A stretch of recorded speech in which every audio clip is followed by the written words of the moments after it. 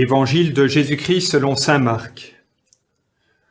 En ce temps-là, Jean le Baptiste proclamait « Voici venir derrière moi, celui qui est plus fort que moi.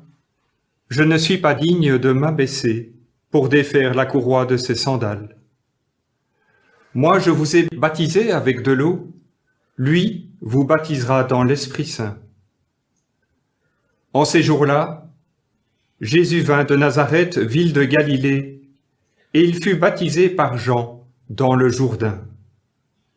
Et aussitôt, en remontant de l'eau, il vit les cieux se déchirer, et l'Esprit descendre sur lui comme une colombe. Il y eut une voix venant des cieux, « Tu es mon Fils, bien-aimé. En toi, je trouve ma joie. » Acclamons la parole de Dieu.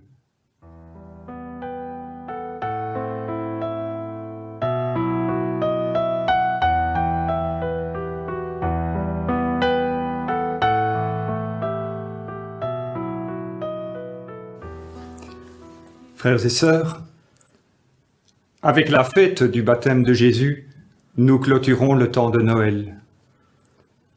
À partir du texte assez bref que nous venons d'écouter, je vous propose 3 points qui nourriront peut-être votre prière ou votre réflexion. Regardons une fois encore le merveilleux visage de Jean-Baptiste. Jean-Baptiste est une personnalité complexe, voire paradoxale.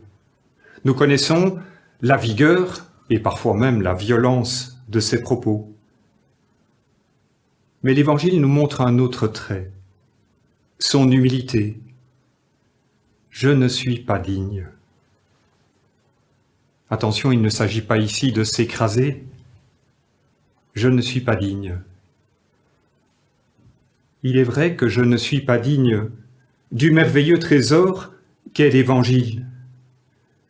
Je ne suis pas toujours digne d'être associé à cette merveilleuse mission de porter l'Évangile à mes frères et sœurs.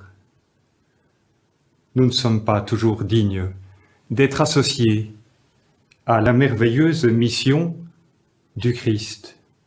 Nous ne sommes pas toujours dignes d'être servantes, serviteurs de la mission du Christ.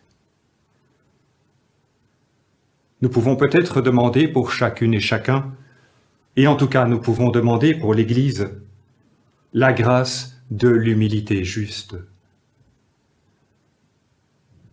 J'en viens au baptême de Jésus. Cet événement peut être vu comme la confirmation de la vocation, de la mission de Jésus, être le Fils bien-aimé du Père. Et dans le baptême de Jésus, c'est notre vocation fondamentale, notre mission qui est confirmée. En Jésus, nous sommes les filles, les fils bien-aimés du Père. Nous sommes enfants bien-aimés du Père. Nous sommes frères et sœurs bien-aimés du Père dans le Christ. Saint Ignace écrit quelque part « Je suis créé pour le service et la louange de Dieu ». Paraphrasant Ignace et l'Évangile, on pourrait dire « Je suis créé pour être la fille bien-aimée du Père, pour être le Fils bien-aimé du Père. » Et l'Évangile ajoute de manière heureuse dans la nouvelle traduction « En toi je trouve ma joie ». Jésus fait la joie du Père. Jésus est source de joie pour le cœur du Père. Il en va de même pour chacune et chacun d'entre nous. Lorsque nous vivons en filles et en fils du Père, nous sommes source de joie pour le cœur de Dieu. Qu'est-ce que cela veut dire? Ou comment être source de joie pour Dieu? J'en viens à mon 3e point. La semaine dernière, nous étions avec les mages à la crèche. Aujourd'hui, avec le baptême, Jésus inaugure sa vie publique. Entre ces 2 événements, la tradition évoque une trentaine d'années de vie cachée. Oh, nous savons peu de choses sur cette vie cachée. Il grandissait en taille, en grâce, en sagesse. Il y a bien sûr l'événement de Jésus à 12 ans au temple. Et puis plus loin, saint Marc fera allusion. N'est-ce pas le charpentier? Nous savons peu de choses de cette vie cachée. Nous nous y arrêtons rarement. Et pourtant, ces 30 ans de vie cachée, ces 30 ans de vie ordinaire sont essentiels pour Jésus. Durant ces 30 années, Jésus est Emmanuel, Dieu avec nous. Il est Jésus, le Seigneur sauve. Jésus est sauveur par tout le mystère de son incarnation, y compris par ces 30 années de vie ordinaire, de vie cachée. Frères et sœurs, nous faisons la joie de Dieu lorsque nous vivons de manière aimante notre quotidien, notre vie ordinaire d'enfants, de parents, de conjoints, de célibataires, de consacrés.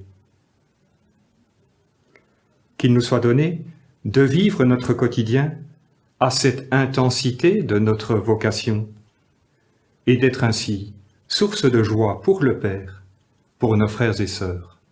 Amen.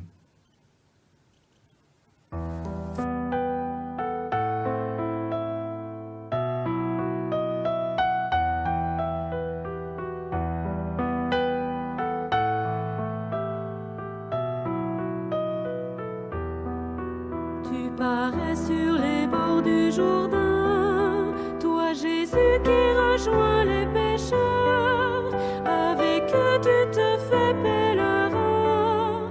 Ils verront quel sera leur sauveur, ils verront quel sera leur sauveur. Tu descends dans les eaux du Jourdain, quel baptême oses-tu demander? Jean-Baptiste pressant d'où tu viens, il t'accueille d'un cœur purifié, il t'accueille d'un cœur purifié.